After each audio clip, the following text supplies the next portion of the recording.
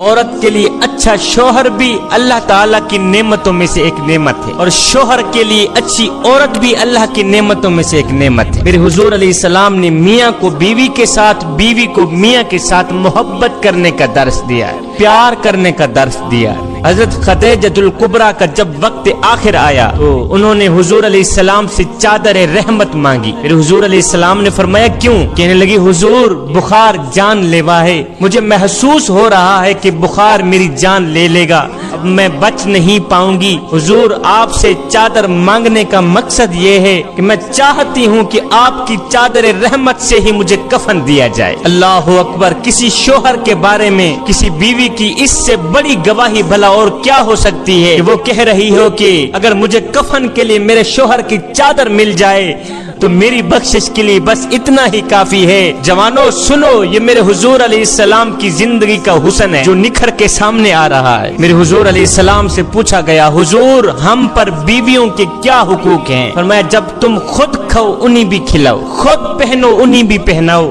میرے حضور علیہ السلام نے فرمایا بیویوں کے چہروں پر مت مارا کرو، اور ہاں انہیں برا بھلا بھی نہ کہا کرو۔ اگر کوئی ناراضگی کی بات ہو جائے تو بیوی کو بالوں سے پکڑ کر گھر سے باہر بھی نہ نکالا کرو۔ یہ بھی میرے معاشرے کا ایک گندا روگ بن گیا ہے۔ ہم لاکھوں سنا دیں تو کوئی بات نہیں، اگر بیوی ایک بھی سنا دے تو ہماری زبان پر فوراً یہی جملہ آتا ہے کہ بکواس بند کر، اگر زیادہ بات کی تو پرچے ہاتھ میں پکڑا کر گیٹ سے باہر نکال دوں گا۔ نہ میاں نہ، جس خاتون کو میرے نبی نے خود عزت دی ہے، جس عورت کو میرے نبی نے خود عزت دی ہے، اس کی اگر عزت نہیں کر سکتا تو نہ کر، اس کو بے عزت تو نہ کر۔ ایک بزرگ کے پاس، اللہ والے کے پاس ایک شخص آیا، آ کر کہنے لگا حضرت میری بیوی کے اندر یہ ایک خامی ہے، اس خامی کی وجہ سے میری بیوی مجھے اچھی نہیں لگتی۔ بزرگ نے کہا کتنا عرصہ ہو گیا ہے شادی کو؟ کہا جی 10 سال ہو گئے ہیں۔ بزرگ کہنے لگا اچھا اس کے اندر ایک خامی ہے جس کی وجہ سے وہ تجھے اچھی نہیں لگتی؟ کہا جی۔ بزرگ نے کہا بھائی پھر مجھے بتایا جائے کہ تیرے گھر سے باہر نکلنے کے بعد تیرے بچوں کی دیکھ بھال کون کرتی ہے؟ اس نے کہا جی میری بیوی کرتی ہے۔ کہا تیرے کپڑے کون دھوتی ہے؟ کہا جی میری بیوی دھوتی ہے۔ تیرے گھر کی صفائی ستھرائی، تیرے برتن کون مانجتی ہے؟ کہا جی وہ بھی میری بیوی ہی مانجتی ہے۔ تیرے کپڑے کون دھوتی ہے؟ تیرا جوتا پالش کون کرتی ہے؟ کہا جی یہ سب کچھ میری بیوی ہی کرتی ہے۔ یہ سننے کے بعد بزرگ بولا بھائی افسوس کی بات ہے کہ اس کے اندر ہزاروں خوبیاں ہیں، ہزاروں، اگر ایک خامی تیرے سامنے آ بھی گئی ہے تو اس کی ہزاروں خوبیوں پر پانی پھیرتے ہوئے تجھے شرم نہیں آتی؟ میرے حضور علیہ السلام نے فرمایا اپنی بیویوں کو برا بھلا مت کہا کرو، بیویوں کو گالیاں نہ دیا کرو، ان کی اصلاح کیا کرو، اگر کوئی غلطی سرزد ہو بھی جائے تو ان کی اصلاح کر لیا کرو۔ عورت پسلی کی ہڈیوں کی طرح ہے، اگر تم اسے بالکل سیدھا کرنا چاہو گے تو تم اسے توڑ بیٹھو گے، یعنی جدائی کی نوبت آ پہنچے گی، طلاق کی نوبت آ پہنچے گی۔ میرے حضور علیہ السلام نے فرمایا اگر تم عورتوں سے فائدہ اٹھانا چاہتے ہو، اگر تم اپنی بیویوں سے فائدہ اٹھانا چاہتے ہو تو پھر ان کی خوبیوں سے فائدہ اٹھاؤ، یعنی بیوی کے خوبیاں بیان کیا کرو، بیوی کی تعریف بیان کیا کرو۔ بیوی شوہر کے ہمراہ کبھی بھی ہار نہیں مانتی، چاہے کتنے ہی برے حالات پیش کیوں نہ آ جائیں، بیوی ہمیشہ شوہر کے ساتھ مل کر حالات کا سامنا کرتی ہے، شوہر کے کندھے کے ساتھ کندھا ملا کر حالات کا مقابلہ کرتی ہے۔ کبھی نہ ہارنے والی عورت کا ساتھ جب شوہر سے چھوٹ جاتا ہے تو کبھی نہ تھکنے والی عورت آخر تھک کر بیٹھ ہی جاتی ہے، ہار ہی جاتی ہے۔ میرے حضور علیہ السلام نے فرمایا تمہاری بیوی میں اگر ایک برائی ہے تو دوسری اچھائی بھی ہے، اپنی بیوی کی اچھائی دیکھ کر بیوی کو معاف کر دیا کرو۔ اچھا کون سی اچھائی ہے بیوی میں؟ میرے حضور علیہ السلام نے فرمایا کہ عورت شوہر کے ایمان کی حفاظت میں بہترین مددگار ہے، یہی عورت میں اچھائی ہے، ورنہ شوہر بیوی کے بغیر کسی گناہ میں مبتلا ہو کر ایمان کا نقصان کر دے آخرت برباد ہو گئی نا۔ فرمایا اپنی ماں اور بیوی دونوں کو بے پناہ عزت دو، کیونکہ ایک تمہیں دنیا میں لائی ہے اور دوسری ساری دنیا چھوڑ کر تیرے پاس آئی ہے۔ بیوی کو عزت دو، بیوی کو عزت دو، اس لیے کہ پوری کائنات میں، پوری دنیا میں مرد کو اس کی بیوی سے بڑھ کر چاہنے والا اور کوئی نہیں ہوتا۔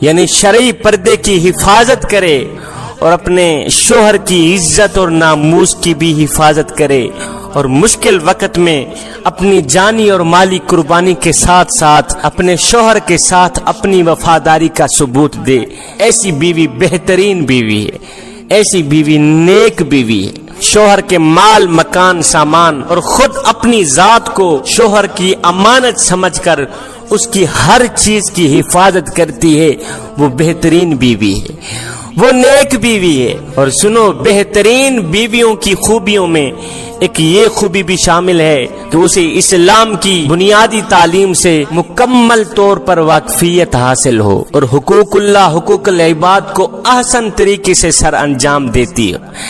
ایسی بیوی نیک بیوی ہے، ایسی بیوی بہترین بیوی ہے، جس بیوی سے شوہر کو سکھ، چین، راحت، آرام اور سکون حاصل ہو، ایسی بیوی بہترین بیوی ہے۔ قرآن مجید میں مرد کی فضیلت کی وجہ بیان کی گئی ہے کہ مرد اپنی کمائی سے عورت کی ہر لحاظ سے کفالت کرتا ہے اور عورت پر بے دریغ دولت خرچ کرتا ہے، عورت کو بیرونی طاقتوں، ظلم و ستم سے بچاتا ہے، اس لیے شوہر کو برتری حاصل ہے۔ عورتیں دراصل انسانی جنس ہی سے پیدا کی گئی ہیں اور مردوں کی دل جوئی کے لیے ہی بنائی گئی ہیں کہ مردوں کو ان سے محبت اور سکون حاصل ہو، لذت حاصل ہو، لطف حاصل ہو۔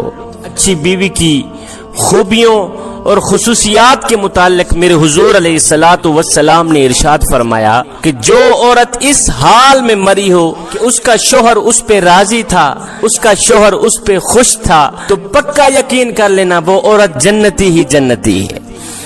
حضرت ام سلمہ رضی اللہ تعالی عنہا سے روایت ہے کہ حضور علیہ الصلوۃ والسلام نے ارشاد فرمایا کہ جو عورت اس حال میں مری ہو، جو بیوی اس حال میں مری ہو کہ اس کا خامد اس پہ راضی تھا، اس کا شوہر اس پہ راضی تھا، تو پکا یقین کر لینا وہ عورت جنتی ہی جنتی۔ صحابی رسول حضرت انس سے روایت ہے کہ حضور علیہ الصلوۃ والسلام نے ارشاد فرمایا کہ اگر انسان کے لیے، آدمی کے لیے سجدہ کرنا درست ہوتا تو میں سب سے پہلے بیوی کو حکم دیتا، سب سے پہلے عورت کو حکم دیتا کہ وہ اپنے شوہر کو سجدہ کرے، وہ اپنے خامد کو سجدہ کرے۔ کہ بیوی کا شوہر کے ذمے بہت بڑا حق ہے۔ حضرت ابو ہریرہ رضی اللہ تعالی عنہ سے روایت ہے کہ حضور علیہ الصلوۃ والسلام نے ارشاد فرمایا کہ شوہر نے اپنی بیوی کو بلایا، شوہر نے اپنی گھر والی کو بلایا لیکن اس نے انکار کر دیا۔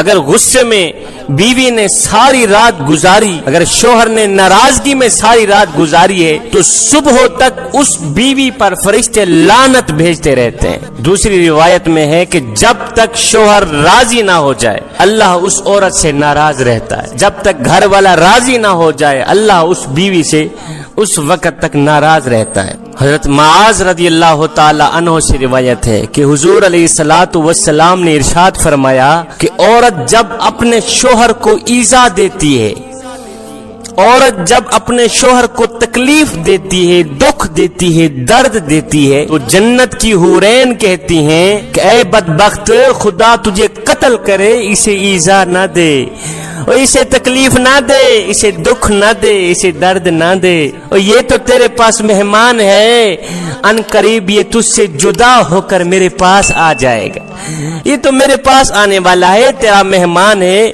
اور کم بخت اسے اتنی تکلیف نہ دے۔ عورت کو اپنے گھر میں اچھا ماحول پیدا کرنے کے لیے اور خوشگوار زندگی گزارنے کے لیے ہمیشہ عورت کو اچھے اوصاف اپنانا چاہیے۔ خامد کے مزاج کو پہچاننے سے بے شمار تلخیوں کا ازالہ ہو جاتا ہے، اس لیے ہر عورت کو چاہیے، ہر خاتون کو چاہیے کہ وہ اپنے شوہر کے مزاج کو پہچانے کہ اس کے شوہر کو کیا کیا چیزیں پسند ہیں، اس کا شوہر کون کون سی چیزیں پسند کرتا ہے، کون کون سی باتوں سے وہ راضی ہوتا ہے اور کون کون سی باتوں سے وہ ناراض ہوتا ہے۔ جن باتوں سے شوہر راضی ہوتا ہے عورت کو چاہیے کہ ان باتوں کو اپنائے، وہ باتیں بار بار کرے جن باتوں سے اس کا شوہر راضی ہوتا ہے۔ ہر عورت کو چاہیے، ہر بیوی کو چاہیے کہ وہ اپنے شوہر کے مزاج کو